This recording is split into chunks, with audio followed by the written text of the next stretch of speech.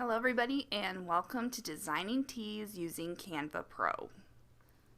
Canva Pro is the paid version of Canva. It is, I think, $13 a month, and the reason why we are using this is because you need to be able to export your files using a transparent background, and Canva Pro allows us to do that.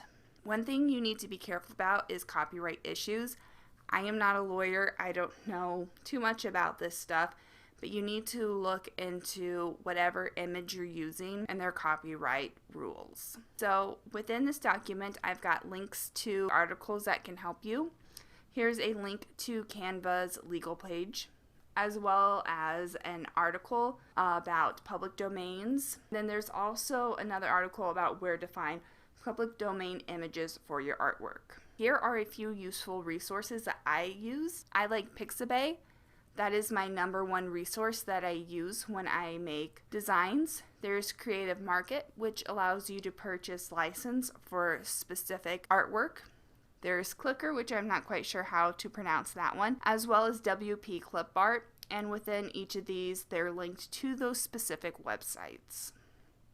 Finally, I'm going to be showing you later on in this course where to print. My 3 places where I print from is Teespring, Threadless, and Redbubble. I have personally made t-shirts and printed them with Threadless, and one thing you need to be aware of with any of these websites is that if you're using them for gifts or parties or anything, you are going to want to allow time for it to be made because it's print on demand, so they don't actually print your stuff until they have been ordered. You'll have to allow time for shipping, and you'll most likely want to wash them ahead of time. I know that when I used Threadless, when I got the shirts, they smelled strongly of vinegar, but as soon as I washed them, that went away. I think it's just whatever they use to print the shirts, it just has a strong odor, but it goes away once you wash it. Then there are a few things to know. Within each of the websites, they have the size of the file, so it's specific to what product you're designing. And then for the background, the best designs are transparent when they are exported, so that means it's just the image that you design. There are some cases where you do want a solid color on the background, but for the most part you want them to be transparent. When you export it, you often want it to be a PNG because that is a high quality file size.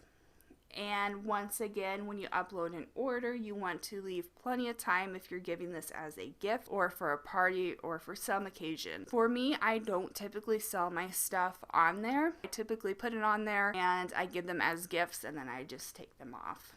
But this is whatever you want to do. You just want to make sure that if you are selling these, you abide by the copyright rules of the images that you are using. Now it is time to design. I'm going to be showing you 3 different categories of shirts you can do. One is typography based, one is imaged and typography based, and the third is image based shirts.